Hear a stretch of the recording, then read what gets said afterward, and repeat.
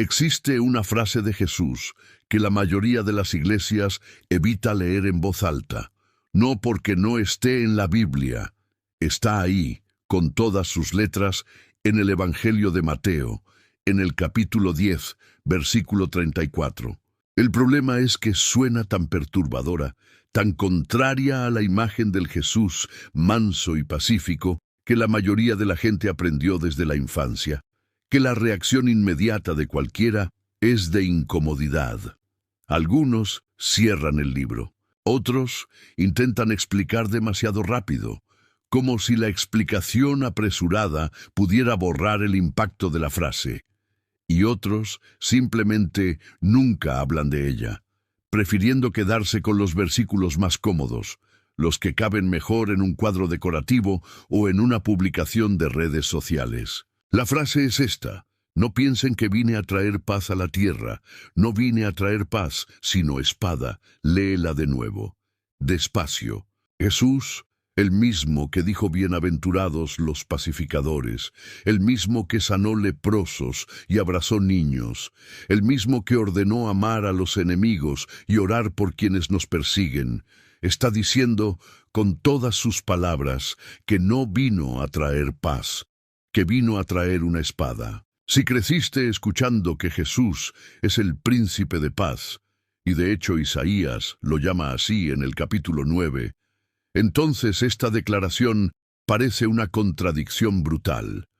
Parece un error de traducción. Parece que alguien puso palabras equivocadas en la boca del maestro. Pero no hubo error, no hubo contradicción. Hubo, eso sí, una profundidad que solo aparece cuando te detienes. Respiras hondo y decides entender quién estaba escuchando esas palabras, dónde fueron dichas y qué estaba pasando en ese momento histórico, cultural y espiritual específico. Para entender cualquier versículo de la Biblia con honestidad, primero necesitas preguntarte qué estaba pasando antes de él. ¿Quién estaba en el cuarto? ¿A quién le estaba hablando Jesús? Esas preguntas no son detalles secundarios. Son la llave que abre el sentido real del texto. Mateo 10 comienza con Jesús reuniendo a los 12 discípulos y enviándolos en misión. Está a punto de mandarlos a recorrer las ciudades y aldeas de Israel anunciando un mensaje específico, que el reino de los cielos está cerca. Es una misión peligrosa, y Jesús lo sabe mejor que nadie. Por eso los prepara, no solo con instrucciones prácticas sobre qué llevar o dónde hospedarse, sino con una especie de preparación emocional y espiritual sobre lo que les va a ocurrir en el camino. Está describiendo, con claridad y sin romanticismos, el costo real de seguir esa vocación. Y es exactamente en ese contexto de preparación para una misión que inevitablemente va a generar conflicto, donde aparece la frase sobre la espada. Jesús no está haciendo una declaración teológica abstracta sobre la naturaleza de la paz en el cosmos. Les está diciendo a sus discípulos con claridad brutal y amorosa al mismo tiempo: lo que van a anunciar va a generar división. Prepárense. Eso ya lo cambia todo. Pero aún hay mucho más que entender, y para entenderlo de verdad, hay que entrar en el mundo en que esas palabras fueron dichas. En el mundo en que Jesús vivió y enseñó, la Palestina del primer siglo bajo dominio romano, dentro de una cultura profundamente enraizada en la tradición judía, el lenguaje simbólico no era una elección estilística, era la forma natural de comunicarse. Los rabinos judíos usaban imágenes y metáforas constantemente. La tradición oral judía, que más tarde sería compilada en el Talmud y la Mishnah, está saturada de expresiones figuradas que cualquier judío de esa época entendía de inmediato, pero que suenan extrañas e incluso violentas para oídos modernos y occidentales. La palabra espada, en ese contexto, no es un arma literal. No es un llamado a la guerra física, es una metáfora para separación, para corte, para división. Y eso queda aún más claro cuando lees los versículos que vienen justo después del 34, que prácticamente nadie cita cuando habla de este pasaje. Jesús continúa: porque vine a poner al hombre contra su padre, a la hija contra su madre, a la nuera contra su suegra, y los enemigos del hombre serán los de su propia familia. Observa el movimiento del texto. El mismo Jesús interpreta su propia metáfora. No está hablando de guerras entre naciones, no está armando a sus seguidores. La espada que trae es la división dentro de las familias, el corte que su mensaje va a provocar entre padres e hijos, entre hermanos, entre esposo y esposa. Y para entender por qué eso era inevitable, por qué no era una elección de Jesús, sino una consecuencia de la naturaleza de su mensaje, necesitas entender cómo funcionaba una familia judía en el primer siglo. En el mundo grecorromano del primer siglo, y especialmente dentro de la cultura judía de la época, la familia no era simplemente un grupo de personas que se amaban y compartían el mismo techo. Era una institución religiosa, económica y social completamente totalitaria, en el sentido de que regulaba absolutamente todo: lo que creías, cómo adorabas, con quién te casabas, qué profesión ejercías y, sobre todo, a quién le debías lealtad primera y última. La estructura familiar judía estaba organizada alrededor del concepto de Beit Av, en hebreo, la casa del Padre. Esa casa no era solo la vivienda física, era la unidad fundamental de la identidad de una persona. Tu nombre, tu honor, tu posición social, tu relación con Dios, todo dependía de a qué casa pertenecías y de permanecer fiel a los valores y prácticas de esa casa. Abandonar los valores, las prácticas religiosas o las alianzas de la casa del Padre era, en la práctica, abandonar tu propia identidad.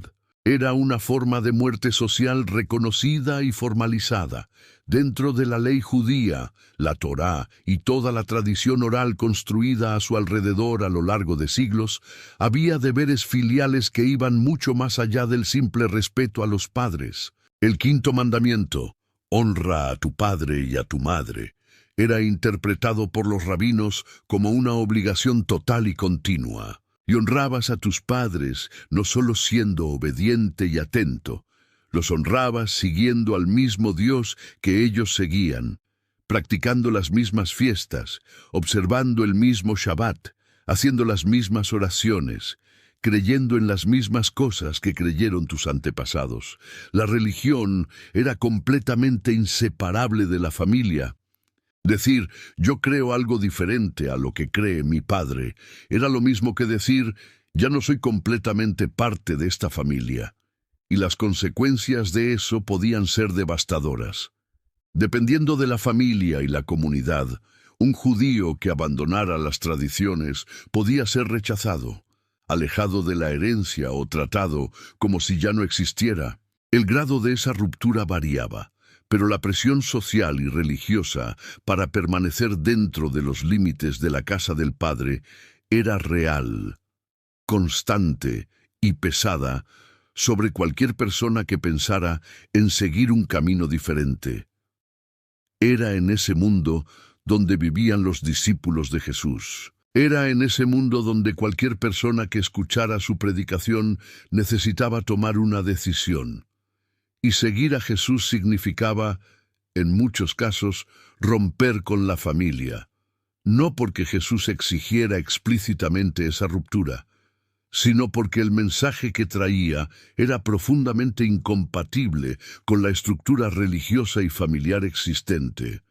Significaba que el padre podía denunciar al hijo ante las autoridades, que la suegra podía echar a la nuera de la casa, que los hermanos podían volverse enemigos. No porque Jesús quisiera eso, sino porque la verdad que él anunciaba perturbaba demasiado las estructuras donde la mentira se había acomodado cómodamente. ¿Y qué era exactamente ese mensaje tan perturbador? El judaísmo del primer siglo no era un bloque monolítico de creencias uniformes. Había fariseos, saduceos, esenios, celotes, cada grupo con su interpretación de la ley y su visión de lo que significaba ser fiel a Dios dentro de las circunstancias históricas de ese momento. Dentro de ese ambiente ya complejo y tenso, Jesús llegó con un mensaje que no encajaba en ninguna de esas categorías establecidas. Dijo que la ley no estaba siendo abolida, sino que estaba siendo cumplida de una manera que ningún grupo esperaba ni hubiera podido anticipar. Dijo que el perdón de los pecados venía por la fe en Él, no solo por los sacrificios del templo. Dijo que los gentiles, los no judíos, los considerados impuros, desde el punto de vista de la ley, podían recibir la gracia de Dios sin antes convertirse en judíos mediante la circuncisión y la observancia completa de la Torá. Para muchos judíos devotos de esa época, especialmente los más ligados a las autoridades del templo y a las tradiciones farisaicas, eso no era solo una divergencia teológica, era una amenaza a la identidad colectiva, a la cohesión social, a la propia razón de ser de Israel como pueblo separado y santo. Imagina entonces al joven que vuelve a casa después de escuchar a Jesús y le dice a su padre: «Padre, yo creo que ese hombre es el Mesías, que tiene autoridad para perdonar pecados, que las barreras entre judíos y gentiles han sido derribadas por la gracia». El padre, profundamente enraizado en la tradición de los antepasados, escucha eso como traición, traición a la familia, a la memoria de los abuelos, a la fe de los patriarcas. La división no la causa la violencia de nadie, la causa la verdad anunciada por alguien. Es exactamente por eso que Jesús usa la metáfora de la espada, una espada corta. La verdad también corta. Y cuando la verdad corta relaciones que estaban basadas en conformidad impuesta, en tradición vacía, en armonía que en realidad no era más que miedo a cuestionar, ese corte, por más doloroso que sea, es necesario e incluso misericordioso. Hay una confirmación poderosa de esto cuando comparas Mateo 10:34 con el texto paralelo en el Evangelio de Lucas. Lucas 12:51 registra la misma declaración de Jesús, pero con una palabra diferente. Piensan que vine a traer paz a la tierra. No, les digo, sino división. En Lucas, la palabra usada no es espada, es división. Eso no es una contradicción entre los evangelios, es una iluminación recíproca. Los dos evangelistas estaban registrando la misma realidad con palabras ligeramente diferentes que apuntan al mismo significado preciso. La espada de Mateo es la división de Lucas, y cuando pones los dos textos uno al lado del otro, práctica fundamental de cualquier interpretación seria de la Biblia, la metáfora se aclara por completo. La espada no es física, es la división que la verdad produce cuando entra en contacto con estructuras que no quieren ser perturbadas. Y aquí llegamos al corazón de la pregunta que mucha gente hace con genuina perplejidad. Si Isaías llama al Mesías príncipe de paz, y si Juan 14:27 registra a Jesús diciendo, «La paz les dejo, mi paz les doy», y si Efesios 2:14 declara que Él es nuestra paz, ¿cómo encaja todo eso con la afirmación de que vino a traer espada y no paz? La respuesta está en entender que hay dos tipos fundamentalmente diferentes de paz en la teología bíblica, y no compiten entre sí porque operan en niveles completamente diferentes de la existencia humana. El primer tipo es la paz que Jesús de hecho trajo y sigue trayendo, la paz con Dios. Esa es la paz profunda, existencial, que nace de la reconciliación entre el ser humano y su Creador. Es la paz que no depende de ninguna circunstancia externa. Es la paz interior que Pablo describe en Filipenses como la paz de Dios, que sobrepasa todo entendimiento. Esa paz Jesús la trajo. Esa paz la ofrece a cualquier persona que lo recibe. y ninguna espada del mundo puede cortar esa paz. El segundo tipo es una paz completamente diferente, la paz superficial, la paz que funciona solo como ausencia de conflicto, la paz de quien nunca fue perturbado, nunca fue desafiado, nunca tuvo que tomar decisiones difíciles que costaran algo de verdad. Esa paz, la paz de la acomodación religiosa, de la complacencia espiritual, del conformismo que se disfraza de armonía, esa paz Jesús dijo explícitamente que no vino a traer. Porque esa paz falsa, esa paz que en realidad es estancamiento profundo disfrazado de tranquilidad, es radicalmente incompatible con la transformación real que el Evangelio produce en una vida humana. Piénsalo así.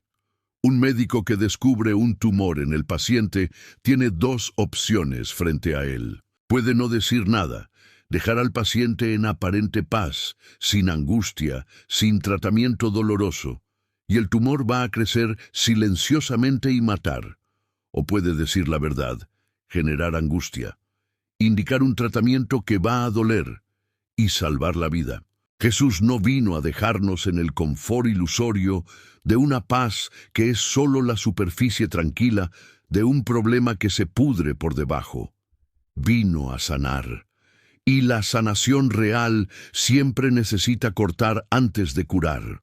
Es imposible entender el versículo 34 sin entender lo que está pasando a lo largo de todo el capítulo 10 de Mateo, porque ese versículo no aparece de la nada. Es el pico de un crescendo cuidadosamente construido. Antes de llegar ahí, Jesús ya había advertido a los discípulos que serían entregados a los tribunales, azotados en las sinagogas, llevados ante gobernadores y reyes por causa de su nombre. Les avisó que serían odiados por todos. Dijo explícitamente que el discípulo no es mayor que el maestro, y que si al maestro lo llamaron Belcebú, ¿qué no harán con los siervos? Toda esa preparación progresiva culmina en la declaración de la espada. Jesús no está tratando de asustar a nadie. Está siendo honesto. Y esa honestidad brutal es en sí misma un acto profundo de amor y respeto por sus discípulos. No quiere que salgan con expectativas ilusorias. No quiere que piensen que anunciar el Evangelio va a hacer feliz a todo el mundo, va a unir a las familias, va a traer armonía automática. No va a pasar, va a dividir. Y necesitan saber eso antes de dar el primer paso. Había además una tradición en la enseñanza rabínica judía de preparar a los discípulos para el costo real de lo que estaban aprendiendo. Los grandes maestros de la Torá no romantizaban el camino de la obediencia a la palabra de Dios. Decían con claridad, esto tiene un precio. El camino de la verdad te cobra algo. Jesús, que era llamado rabino por sus propios discípulos y por los fariseos, estaba siguiendo esa misma tradición de honestidad pedagógica, pero elevándola a un nivel que ningún rabino jamás había alcanzado, porque ningún rabino jamás había hecho las afirmaciones que Jesús hacía sobre sí mismo. Y es ahí donde el texto da un paso más que suele ignorarse. Después de decir que vino a traer espada, Jesús hace una de las declaraciones más impactantes de todo el Evangelio. El que ama a padre o madre más que a mí no es digno de mí, y el que ama a hijo o hija más que a mí no es digno de mí. En el contexto cultural y religioso judío del primer siglo, eso era una reivindicación de autoridad mesiánica absoluta. Ningún rabino común decía algo así. Ningún profeta diría eso sobre sí mismo sin estar afirmando algo muy específico, que ocupa una posición que trasciende cualquier lealtad humana, incluyendo la lealtad filial que la propia ley de Dios mandaba. Jesús no está diciendo que debes tratar a tus padres con indiferencia o que el amor por los hijos es incorrecto. Está diciendo que toda lealtad humana, por más legítima y sagrada que sea, necesita ser reordenada en relación a Él.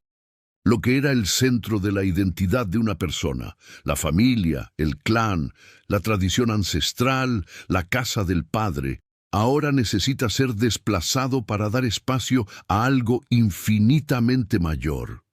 Y aquí está la paradoja más hermosa de todo esto. Al pedir esa lealtad suprema, Jesús no está destruyendo las familias. Está ofreciendo la única base sobre la cual las familias pueden estar verdaderamente unidas. Porque cuando dos personas que aman a Jesús se relacionan, ese amor vertical transforma y profundiza todo el amor horizontal entre ellas. La familia que está unida en Cristo está más profundamente unida que cualquier familia que solo está unida por sangre, tradición o interés común. Pero llegar ahí tiene un costo, tiene un corte, tiene una espada en el camino. Hay además un hilo bíblico que conecta todo esto a una profundidad aún mayor, y que los oyentes judíos de Jesús probablemente reconocieron de inmediato. Es el texto del profeta Miqueas, capítulo 7, versículo 6, que dice: «Porque el hijo deshonra al padre, la hija se levanta contra su madre, la nuera contra su suegra. Los enemigos del hombre son los de su propia casa». Ese texto de Miqueas es un lamento. Es el profeta describiendo la corrupción moral de Israel, la disolución de todas las relaciones de confianza que deberían existir dentro del pueblo de Dios. Y Jesús está haciendo eco exactamente de ese texto para decir algo sorprendente. Lo que Miqueas describió como consecuencia de la corrupción de Israel va a ocurrir ahora como consecuencia de la llegada del Mesías. El mensaje del reino no elimina el conflicto, lo vuelve definitivo y decisivo. Dentro de la visión escatológica judía del primer siglo, el pensamiento sobre los últimos tiempos, sobre la llegada del día del Señor, había una expectativa de que los tiempos mesiánicos serían precedidos por una gran tribulación, donde las estructuras existentes entrarían en colapso antes de ser renovadas. Jesús está situando su propia misión dentro de ese gran drama. La espada que trae es la señal de que los tiempos decisivos han llegado. El momento de elegir ya no puede postergarse. Es absolutamente necesario, en este punto, hacer una distinción que la historia exige, porque a lo largo de los siglos, personas malintencionadas o simplemente mal informadas usaron pasajes como este para justificar violencia religiosa de todo tipo. Cruzadas, inquisiciones, guerras santas, persecuciones, todo eso fue presentado en algún momento como ejecución de la voluntad de un Cristo que no vino a traer paz, sino espada. Esa lectura no es solo incorrecta, es una inversión completa del sentido del texto. La espada que Jesús menciona no es un arma que sus seguidores deban empuñar contra nadie. Es la división que el propio Evangelio produce naturalmente cuando la verdad es anunciada con honestidad. No una división que los cristianos deban imponer por la fuerza o la violencia. La evidencia más clara de eso está en el propio capítulo 10 de Mateo. Jesús manda a los discípulos sanar enfermos, limpiar leprosos, resucitar muertos. Los manda a predicar con mansedumbre, y cuando no sean recibidos en alguna ciudad, dice simplemente: sacudan el polvo de sus pies y sigan adelante. Ninguna violencia, ninguna represalia, ninguna imposición. El mensaje es anunciado. La decisión queda con quien escucha, y las divisiones que surgen son resultado de las elecciones de las personas, no de ninguna acción agresiva por parte de quien predica. La espada de Jesús es la palabra, es la verdad que corta, y corta sin que nadie tenga que lastimar a nadie. Jesús concluye ese bloque de enseñanza con la declaración que le da sentido a todo. Y el que no toma su cruz y sigue en pos de mí, no es digno de mí. El que halle su vida, la perderá, y el que pierda su vida por causa de mí, la hallará. Nota la progresión. La espada, que es la división. La lealtad, que es la reordenación de las prioridades. y la cruz, que es la disposición de perderlo todo y descubrir que la pérdida era en realidad el camino hacia la vida verdadera. Esos tres elementos forman una unidad que solo tiene sentido cuando se leen juntos. La espada no es violencia, es el costo de la decisión. La lealtad no es exclusivismo arrogante, es reconocer quién de verdad merece el primer lugar. Y la cruz no es destrucción, es la paradoja más profunda del Evangelio. La vida que pierdes por causa de Jesús es la vida que finalmente encuentras. Volvamos entonces al punto de partida. No vine a traer paz, sino espada. Esa frase no contradice la imagen del príncipe de paz, la completa de una manera que solo la profundidad del texto bíblico puede hacer. Jesús es el príncipe de paz, porque trae la única paz verdadera que existe, la paz con Dios, la reconciliación entre el Creador y la criatura, el fin de la guerra interior que todo ser humano libra contra sí mismo y contra el cielo. Esa paz Él la trajo. Esa paz es real, profunda, permanente. Ninguna circunstancia del mundo puede quitársela a quien la ha recibido. Pero para traer esa paz, tuvo que perturbar la paz falsa, la paz de la ignorancia espiritual, la paz de la acomodación religiosa, la paz de quien nunca fue desafiado a decidir nada que le costara algo de verdad, la paz de quien mantiene la armonía familiar y social a costa de nunca crecer, nunca cuestionar, nunca ser transformado. Esa paz Él no la trajo, y fue honesto sobre eso desde el principio. La espada que Jesús trae es la palabra que divide lo verdadero de lo falso, lo esencial de lo superficial, lo eterno de lo temporal.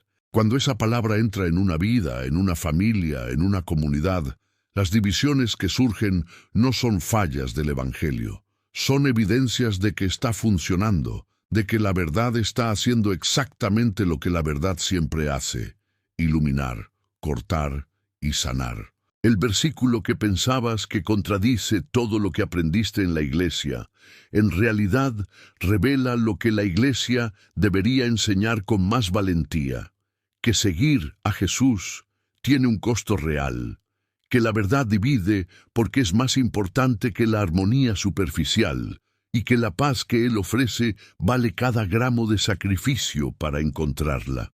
Porque al final, como Él mismo dijo, quien pierda su vida por causa de Él, la va a encontrar, y esa es la paz que ninguna espada del mundo puede cortar.